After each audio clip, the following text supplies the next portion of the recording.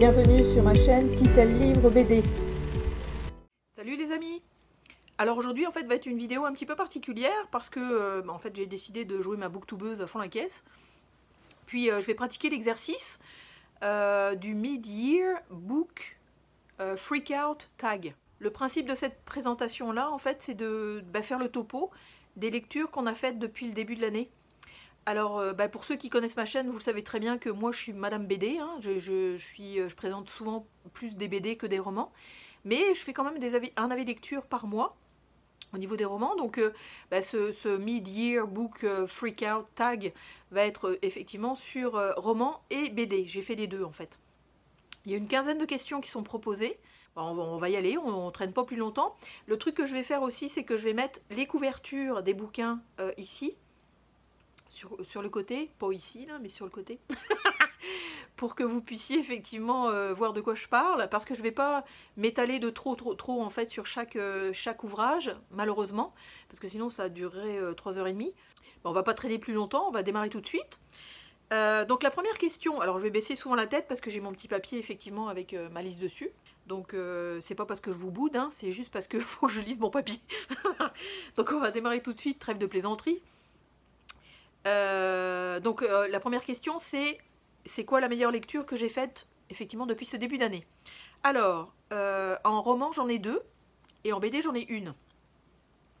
Donc en roman c'est Une fille comme les autres de Jack Ketchum, puis Cadavreschi de Agustina Basterica. Le premier parce que ça parle effectivement d'un fait divers qui a existé, qui est absolument poignant, bouleversant, extrêmement violent et c'est du gros n'importe quoi, il faudrait que ça cesse.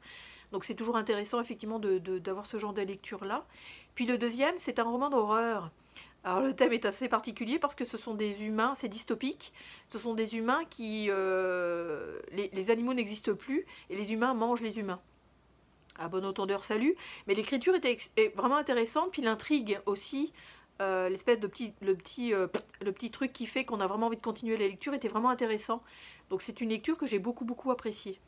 Puis en bande dessinée, j'ai lu Au-dedans, chez 404 Graphiques, qui m'a complètement retourné le cerveau. Je l'ai même traité de double coup de cœur en fait, et c'est une bande dessinée effectivement que je vous conseille aussi. Donc ça, ce sont mes meilleures lectures, romans BD. La deuxième question, c'est quoi la meilleure suite de saga? Alors, au niveau des sagas en roman, je cours pas trop après le genre parce que j'ai tellement de livres à lire en one shot que j'ai pas le temps de commencer des séries qui ont 2, 3, 4, 5, 12 millions de tomes. Enfin, en tout cas, il faudrait que j'essaye parce que il y a vraiment des séries que je vois sur les vidéos booktube qui sont super attirantes. Mais c'est ça. Donc en roman, j'en ai pas à vous présenter parce que j'en ai pas attaqué. Par contre, en BD, oui, j'en ai une. C'est la bande dessinée Black Sad. Donc là, c'est les tomes 6 et 7 qui sont en fait un diptyque, donc ça peut quand même se lire indépendamment des autres premiers tomes, mais ça suit quand même un personnage qu'on aime beaucoup, qui est donc Black Sad, donc un chat détective, avec des super bonnes intrigues, puis effectivement les dessins sont magnifiques. Donc ça c'est une suite de saga que, en plus je continuerai à acheter la suite, ça c'est certain. Donc ça c'était la deuxième. La troisième question c'est quoi ma meilleure lecture? Alors là, laissez-moi rire 2 minutes. Étant donné que j'en ai 12 millions à lire et en roman et en BD, je ne prendrai probablement pas le temps de relire en fait ceux que j'ai déjà lus, même si je les ai beaucoup aimés, ou peut-être que ce sera un projet de retraite, que j'en sélectionne quelques-uns pour effectivement les relire avec bonheur, ça c'est certain. Mais j'en ai pas à vous présenter effectivement dans cette vidéo. Ensuite, le genre que j'aime le plus. Alors, en roman, j'ai pas un livre à vous proposer en particulier, mais j'aime beaucoup le genre thriller policier. Ça c'est un genre vers lequel je vais assez facilement, mais je suis assez éclectique effectivement au niveau lecture, donc je lis un petit peu de tout. Puis en BD, moi les histoires qui me touchent le plus sont effectivement quand ça traite de l'humain. Quand ça traite de l'humain, moi je pars en vrille, vous me catchez tout de suite, vous m'attrapez par le cœur, puis vous m'emmenez loin. Donc c'est vraiment un genre que j'adore en bande dessinée. Donc ça, cinquième question. Les sorties non lues jusqu'à date, mais qu'on a vraiment envie de lire. Alors c'est une autrice dont j'ai déjà lu un premier ouvrage que j'ai beaucoup aimé, mais dont j'aimerais lire 2 autres ouvrages qui sont sortis dernièrement. Le premier c'est le premier roman qu'elle a sorti finalement. Puis le deuxième, c'est le dernier roman qu'elle a sorti. Donc là, je parle de Tiffany McDaniel, je parle de L'été où tout a fondu pour le premier, et Du côté sauvage pour le deuxième. C'est une écriture qui est vraiment intéressante, ce sont des thèmes abordés qui sont super poignants et extrêmement d'actualité. Donc oui, c'est vraiment une autrice que pour l'instant les sorties sont dernièrement, mais je ne l'ai pas encore lue.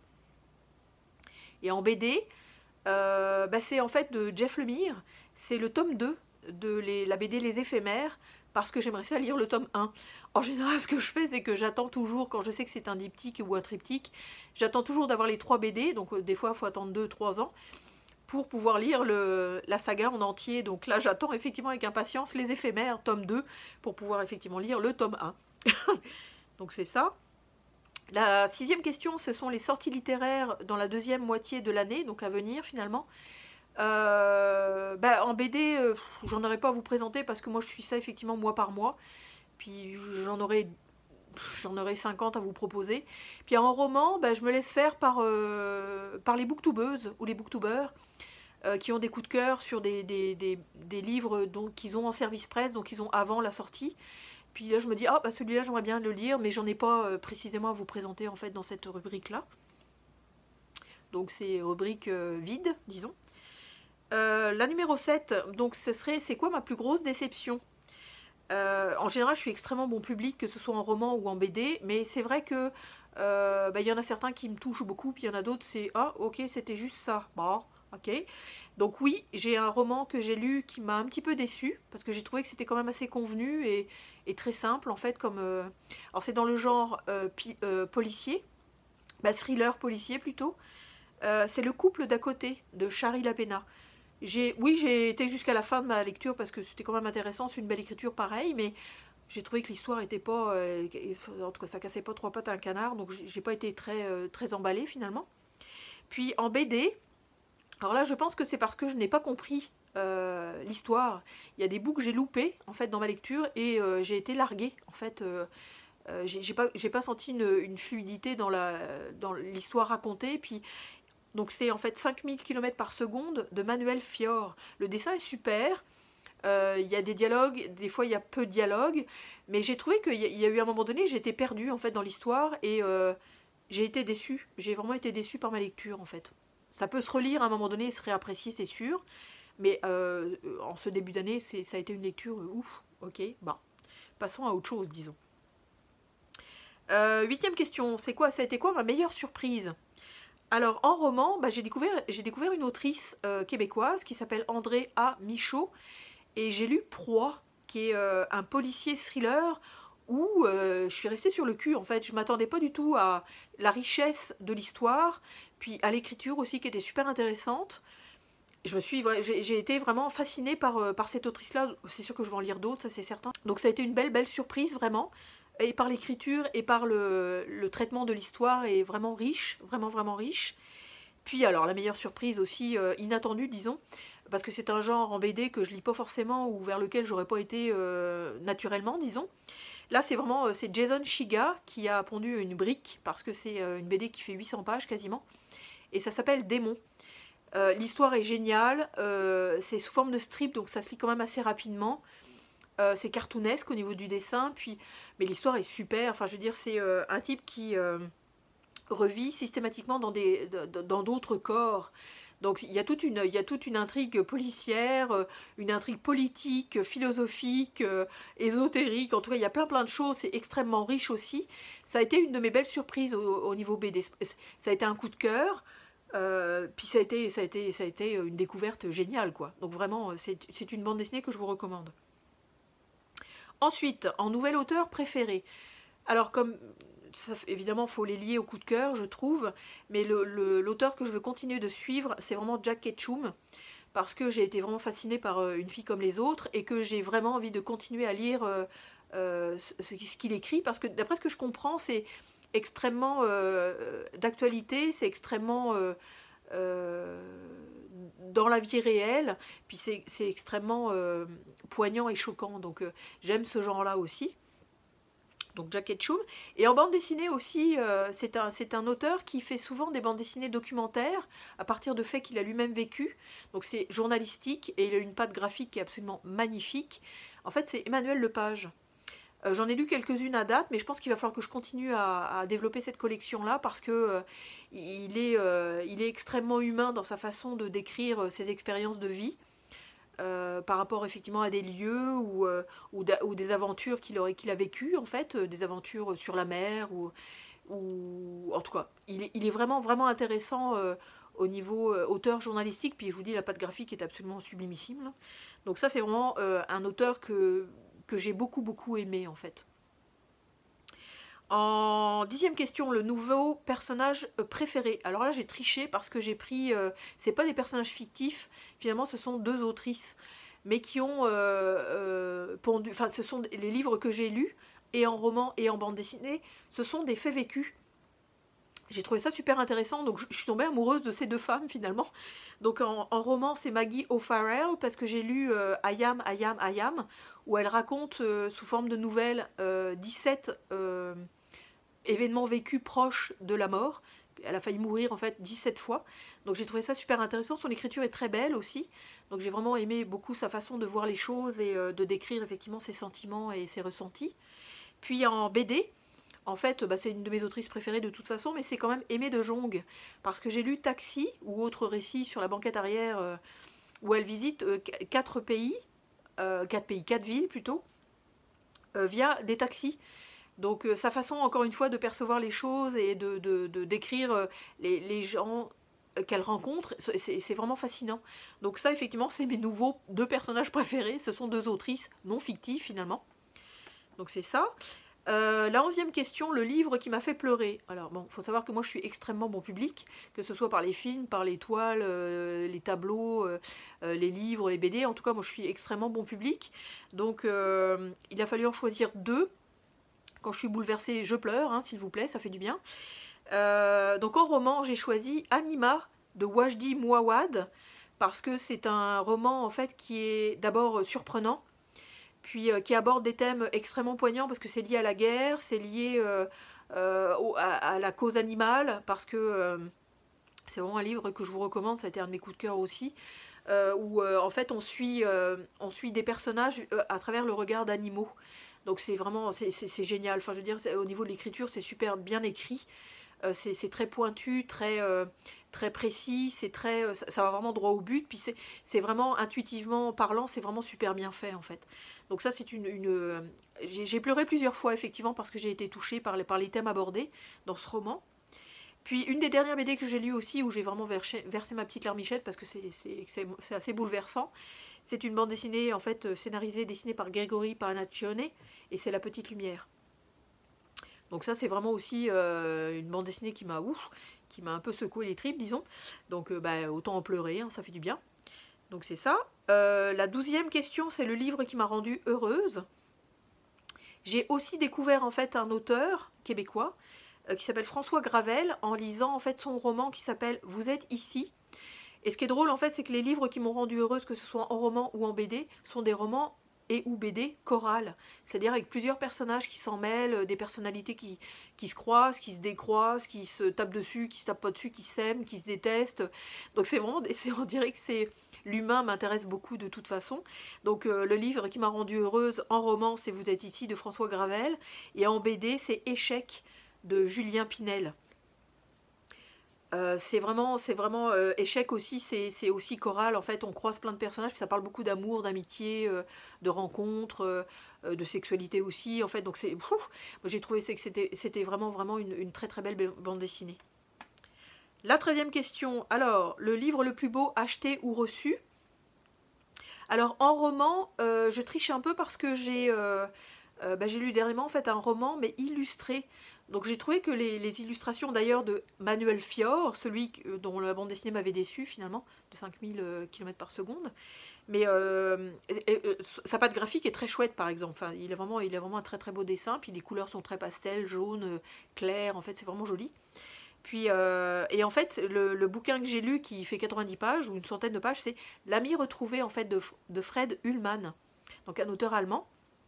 Puis le bouquin, il est illustré, en fait, il y a quasiment, je dirais, une illustration sur les 3-4, à chaque 4-3 pages à peu près. Donc j'ai trouvé que c'était vraiment un format que de plus en plus j'apprécie finalement. Puis en BD, en fait, bah, il est dans mon dos, il est là. C'est Et à la fin il meurt, donc de Lou Luby, chez Delcourt. Puis c'est... en fait, il y a un petit marque-page tuk-tuk. La tranche est dorée, puis le format est chouette aussi, en fait. Donc, ouais, c'est un livre que j'ai... Une BD que j'ai beaucoup aimé au niveau esthétique, disons. Il y a un beau travail éditorial, effectivement, fait dessus. Ensuite, la 4e question, donc l'avant-dernière, avant la 15e. 14 avant 15. C'est les livres à lire avant la fin de l'année. Alors, en roman, j'en ai 3. Dans des genres vraiment différents, et en BD j'en ai 2. En BD je pourrais en avoir 12 millions parce que j'en ai plein ma palle, j'en ai 300 à lire, donc je pourrais aussi en lire plein avant la fin de l'année, hein, mais j'en lirai pas 300. Donc en roman, je voudrais en fait lire du Ben H. Winters, parce qu'il a écrit en fait, alors c'est une saga en 3 tomes, malheureusement, mais j'aimerais ça tester au moins le tome 1, voir si j'aime ou pas. C'est du post-apo policier. Donc le tome 1 c'est le dernier meurtre avant la fin du monde. J'ai vraiment envie de le lire en fait, celui-là il m'intrigue beaucoup. Le deuxième, qui traîne déjà dans ma palle depuis un petit moment, mais je pense qu'il a été écrit en 2023 ou qui est sorti en 2022, 2023, je sais plus, c'est de Alice Giraud et ça s'appelle Sambre.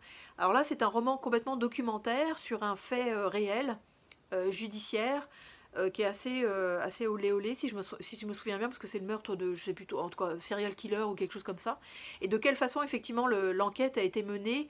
Et la justice s'est mêlée de tout ça, et effectivement de quelle façon l'affaire s'est résolue. Donc ça m'intrigue aussi beaucoup.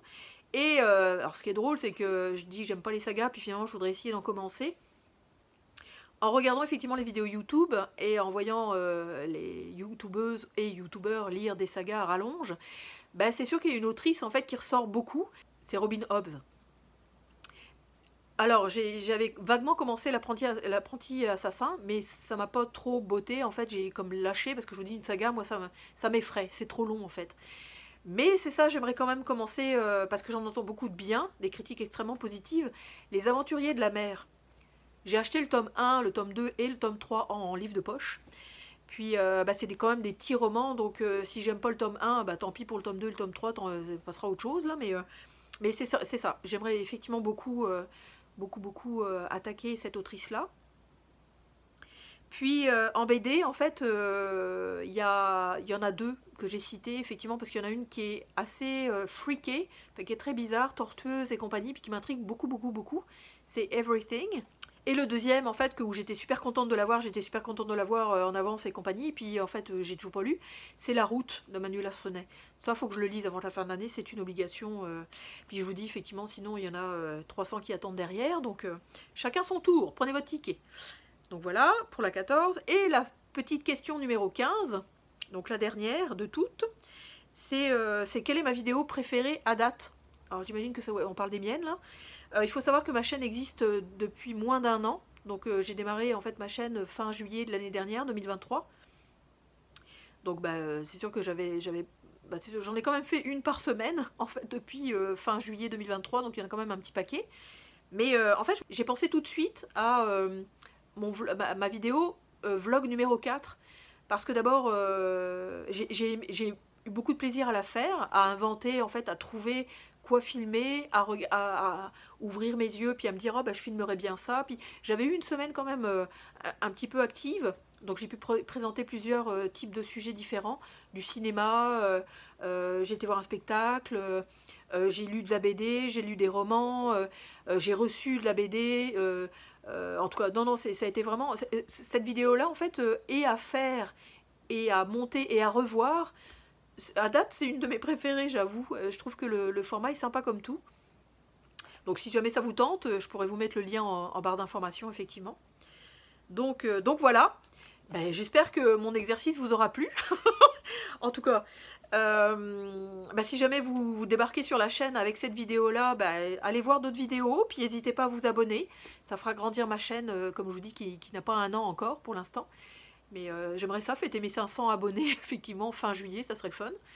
Puis c'est ça, puis N'hésitez pas à liker, à commenter, je réponds toujours en temps et en heure, à date, enfin j'essaye, parce que vous n'êtes pas si nombreux que ça finalement à m'écrire, donc j'essaye toujours de répondre aux commentaires quand ils arrivent. Puis la prochaine vidéo va retomber dans la normalité, bien que je reste quand même dans la même idée, c'est-à-dire que je vais présenter en fait tous mes coups de cœur bande dessinée des 6 premiers mois, donc de janvier à juin. J'en ai 23 à vous proposer. Donc elle est programmée là, donc elle arrive effectivement samedi. Donc vous allez pouvoir voir ça. Donc vous allez avoir eu le mid-year book tag, machin, truc bidule, truc net poète poète, tag à la soin là, que je sais jamais le dire. Puis, et puis effectivement, dans 3 jours plus tard, vous allez effectivement avoir mes 23 coups de cœur BD. Donc en espérant que ça va vous donner des envies. Donc je vous dis, abonnez-vous, petit pouce, commentaire, allez-y, j'adore vous connaître. Puis je vais vous souhaiter d'excellentes lectures BD, excellentes lectures romans, et je vous dis à très bientôt. Salut!